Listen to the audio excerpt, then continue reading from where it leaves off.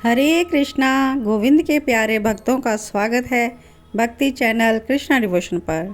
जैसा कि सभी जानते हैं, गोविंद का प्यारा मास कार्तिक मास चल रहा है और कार्तिक मास में विशेष पूजन अर्चन किया जाता है, विष्णु भक्ति की जाती है और गोविंद के प्रिय और होने का हमें यह सुनहरा अवसर है कि हम कार्तिक मास में बहुत अच्छे से प्रभु की भक्ति में लीन हो जाएं और हरि की कृपा प्राप्त कर सकें। कार्तिक मास में हम श्री हरि की भक्ति के साथ साथ तुलसी जी की भी आराधना करते हैं, क्योंकि यह भगवान विष्णु को अत्यधिक प्रिय है।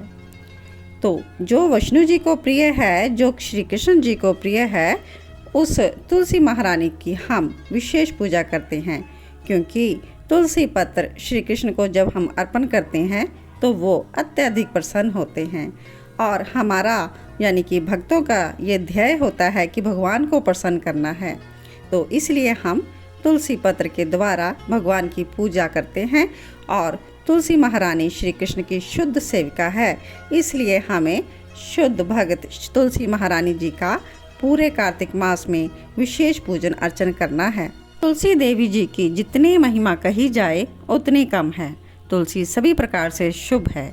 उनका केवल दर्शन करना, केवल स्पर्श करना, केवल स्मरण कर लेना, केवल प्रार्थना कर लेना, केवल नमन कर लेना और उनकी कथाओं का श्रवण कर लेना हमेशा ही हमारे लिए शुभ होता है। कार्तिक मास में तुलसी जी के मूल भाग में विष्णु जी की पूजा की जाती है, इसलिए हमें अपने घर में तुलसी का प्लांट ज़रूर लगाना चाहिए और जिस घर में तुलसी का बगीचा लगा रहता है वह घर तो तीर्थ स्वरूप हो जाता है। और तुलसी वन सब पापों को हरने वाला है, पवित्र कर देने वाला है, मनोवांछित भोगों को देने वाला है। जो भी मनुष्य तुलसी जी के वृक्ष को लगाते हैं वे यमराज के दर्शन को नहीं देखते। जो तुलसी जी की मंजरियों से भगवान विष्णु जी की पूजा करते हैं वह कभी दोबारा गर्भ योनि में नहीं आते और निश्चय ही वह मोक्ष के भागी हो जाते हैं। और जो तुलसी की मंजरियों से संयुक्त श्री हरि की पूजा करते हैं वह वासुदेव श्री कृष्ण को प्रसन्न कर लेते हैं। तो आप सबने श्रवण की तुलसी जी की महिमा और आज के वीडियो में हम आप सबको बताने जा रहे हैं कि हमें तुलसी जी के पूजन से पहले क्या ज़रूरी कार्य कर लेने चाहिए। कार्तिक मास में आप पूरे मंथ तुलसी जी की पूजा अर्चन करने वाले हैं, तो उससे पहले आपको क्या करना है। तो आइए, आज का वीडियो आप सबके लिए बहुत ही यूज़फुल है। आप वीडियो को अंत तक ज़रूर देखें और अन्य भक्तों तक भी आप इसको पहुंचाएं, शेयर करें, ज़्यादा से ज़्यादा चैनल को सब्सक्राइब ज़रूर करें। वृंदाय तुलसी देवाय प्रिय केशवस्य च विष्णु भक्ते प्रदे देवी सत्यवत नमो नमः। तो आइए, हरि भक्ति प्रदायिनी तुलसी जी की सेवा आज हम करते हैं।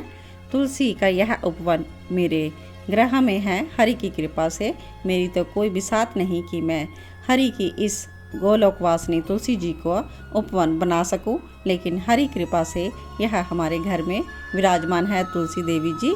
तो आइए, आज हम कार्तिक मास स्टार्ट होने से पहले इनकी साफ़ सफाई कर रही हूँ मैं। तो ये देखिए, सबसे पहले हम अच्छे से चारों ओर जो फूल पत्तियाँ तुलसी जी की गिरी रहती हैं उनको हटा लेते हैं और जहाँ पर मैंने तुलसी जी के पोट रखे हैं उसको हम अच्छे से गीले कपड़े से पोछे से अच्छे से साफ़ कर लेते हैं। और नेक्स्ट हमें क्या करना है, जो तुलसी जी की बिखरी हुई टहनियाँ हैं इन सभी को हम एकत्रित कर लेंगे। और तुलसी जी के पोट के बीच में मैं ना हमेशा एक स्टिक लगा के रखती हूँ, जिसके सहारे हम तुलसी जी को टाई अप कर देते हैं ताकि सभी टहनियाँ इधर उधर ना गिरें और एक अच्छे से स्वरूप में तुलसी महारानी हो जाएं। क्योंकि टहनियाँ इधर उधर बिखर जाती हैं तो टूट जाती हैं, और क्योंकि यहाँ पर मैं परिक्रमा भी लगाती हूँ तो बीच में इनको हमें छूना नहीं चाहिए और टहनियों से हमें टच भी नहीं होना चाहिए। इसलिए मैं इनको थोड़ा सीधा कर देती हूँ, क्योंकि बहुत अच्छे ग्रोथ है यह तुलसी के प्लांट्स की, तो ये झुक जाते हैं। तो हमें एक बार इनको तुलसी महारानी को टाई अप कर देना चाहिए मौली के धागे के साथ। और ये सहारे जो स्टिक है इसके सहारे से अच्छे से यह स्टैंड हो जाती है और कोई दिक्कत भी नहीं होती। आप अच्छे से सब ओर से तुलसी महारानी की पूजा अर्चन कर सकते हैं। तो चलिए अब हम नेक्स्ट क्या करने वाले हैं, डेकोरेशन करने वाले हैं तुलसी उपवन की। और इसके लिए मैंने कलर्स लिए हैं पेंट वाले, वाटर कलर्स है, फेविक्रिल कलर आप कोई भी ले सकते हैं और कलरफुल कलर हैं। आप इससे तुलसी महारानी के उपवन को हम सजाते हैं। तो सबसे पहले हम अष्टदल कमल बनाने जा रहे हैं और अष्टदल कमल मैंने आपको बहुत से वीडियो में बनाना सिखाया होगा और एक बार फिर से आप देख लें। एक हमें सीधी लाइन लगा लेनी है और फिर उसके बाद हमें सेकंड लाइन प्लस का निशान देते हुए लगा लेनी है, सेकंड लाइन प्लस में, और ये 4 लाइन्स बन गई हैं। और उसके बाद तीसरी लाइन हम इसको क्रॉस करते हुए लगाएंगे। तीसरी लाइन हम क्रॉस कर दिया है, देख सकते हैं। और एक लाइन और बनाएंगे अष्टदल कमल बनाने के लिए। फोर्थ लाइन हम इस साइड से लेंगे और नीचे तक ये बन गया फोर्थ लाइन। और अब हम दो लाइनों को, जो हमारी दो लाइनें हमने ली हैं, इनको हम मिला देंगे आपस में। ये देखिए इस प्रकार से जब हम लाइनें मिलाएंगे तो एकदम पंखुड़ी का लुक देगा ये। तो अष्टदल कमल हम इसी प्रकार बनाते हैं और गोलोक की कल्पना करते हैं कि हमारे राधा श्याम सुंदर गोलोक में निवास करते हैं अष्टदल कमल के ऊपर और अष्ट सखियों से सेवित हैं। तो इसी संरचना करते हुए हम अष्टदल कमल सबसे पहले बना लेंगे। बहुत ही इजी है अष्टदल कमल बनाना। आप देखेंगे कि कुछ ही मिनटों में ये बनकर तैयार हो जाएगा और सेंटर में हम एक सर्कल बना देंगे। तो अष्टदल कमल के ऊपर अब मैं रखने जा रही हूँ वृंदा देवी को। वृंदा देवी को मैंने एक टेबल के ऊपर रख दिया है और अच्छा सा एक लहंगा भी पहना दिया है। और इसके ऊपर हम चौकोर तुलसी जी का गमला रखेंगे, क्योंकि मैंने पहले भी बताया था कि यज्ञ की वेदी से तुलसा देवी जी प्रकट हुई थी और हमें तुलसा देवी जी को चौरस गमले में, स्क्वायर गमले में ही हमें उनकी पूजा करनी है। तो आप सभी तुलसा जी को वस्त्र भी अर्पण करें और लाल रंग की चुनरी भी आपको तुलसा जी को भेंट करनी है कार्तिक मास में। तुलसा देवी जी एक गोपी हैं और गोपी जी को लहंगा चुनरी आप ज़रूर पहनाएं।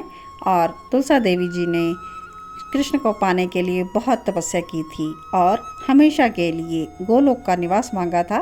तो कृष्ण जी ने कृपा करके गोलोक में हमेशा हमेशा के लिए तुलसी जी को वास दिया था। इसलिए हम भक्त में श्रोमणी श्री महारानी तुलसी जी की आरती आराधना इस मंथ में ज़रूर करते हैं। तो चलिए आगे हम गोलोक निवासिनी तुलसा देवी जी के उपवन के चारों ओर हम चित्रकारी करते हैं और इसके लिए भी मैंने कलर्स लिए हैं।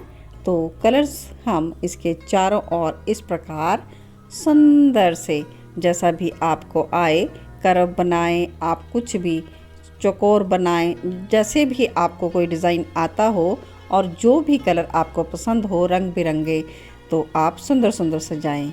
हमारे घर में अगर कोई प्रोग्राम होता है तो हम कैसे सुंदर सुंदर सजाते हैं ना, तो चूने से हम चारों तरफ फैला देते हैं और सुंदर सुंदर हम डेकोरेशन करवाते हैं। तो इसीलिए हम इस कार्तिक मास में तुलसी देवी जी की विशेष पूजा करते हैं।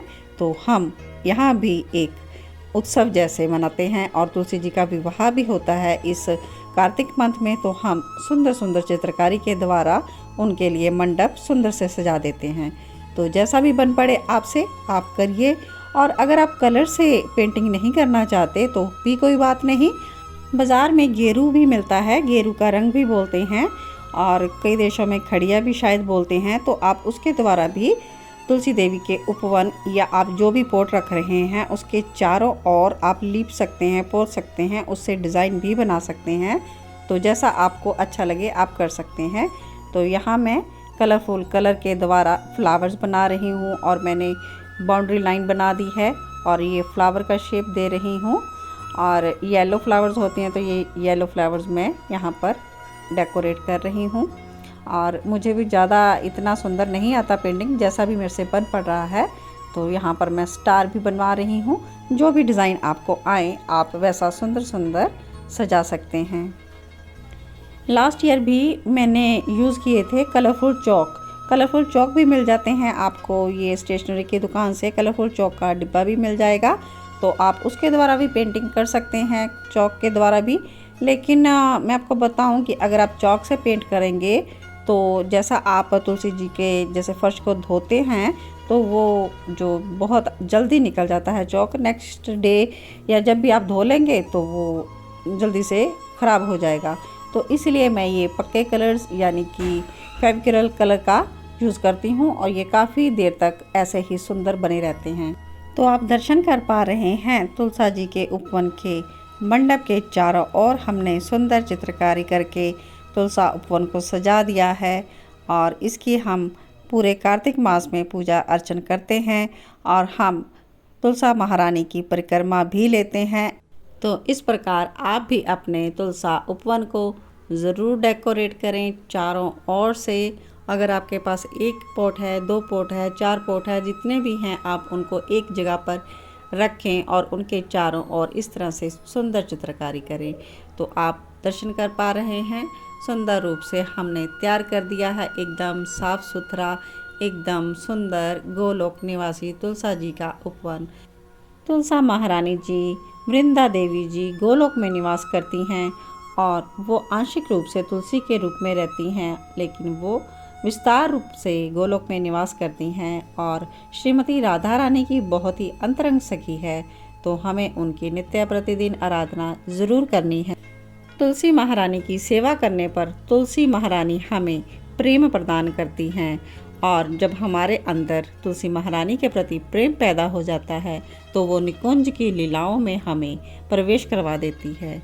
निकुंज की लीला जहाँ पर हमारे राधा श्याम सुंदर निवास करते हैं, तो हमें उन लीलाओं में प्रवेश करने के लिए नित्य प्रतिदिन तुलसी जी की आराधना ज़रूर करनी है और सेवा भाव से उनकी सेवा ज़रूर करना है। जल के द्वारा उनको सींचना है, साफ़ सफाई का ध्यान रखना है और उनको सुंदर बनाकर रखना है, गोपी वेश में रखना है और मंडप बनाना है चारों ओर और सुंदर सा सजाना है अपना तुलसी उपवन। और कार्तिक मास में हमें प्रातःकाल और सायंकाल को घी का दीपक अर्पित करना है। कार्तिक मास में तुलसी महारानी की जितनी अधिक सेवा करें उतना हमारा आध्यात्मिक प्रगति के लिए अच्छा है। तो मैं आशा करती हूँ आपको आज का वीडियो पसंद आया होगा और आप भी इसी प्रकार से तुलसी जी की देखभाल करेंगे, साफ सफाई का ध्यान रखेंगे और नित्य प्रतिदिन आप कार्तिक माह में तुलसी जी की आराधना करेंगे और पूरे नियम के साथ आप तुलसी जी को सुबह और शाम के समय दीपक दान देंगे और उनकी आरती भी करेंगे। और बहुत सी स्तुतियां हैं तुलसी देवी जी की, ऐसे मेरे आपको YouTube चैनल पर बहुत से वीडियो मिल जाएंगे तुलसी जी की सेवा के ऊपर, तो आप उनको भी देख सकते हैं और लाभ ले सकते हैं। अगर आपको कोई भी क्वेरी है तो आप मुझे कमेंट बॉक्स में कमेंट भी कर सकते हैं, मैं आपके रिप्लाई ज़रूर दूंगी। तुलसा देवी की जय हो, वृंदा देवी की जय हो, गोलोक वासिनी की जय हो। तो इन्हीं शब्दों के साथ आज के वीडियो को हम विश्राम देते हैं। तो कार्तिक मास की न्यू जानकारी के साथ मिलते हैं अपने नेक्स्ट वीडियो में। तब तक के लिए जय श्री कृष्णा सभी को।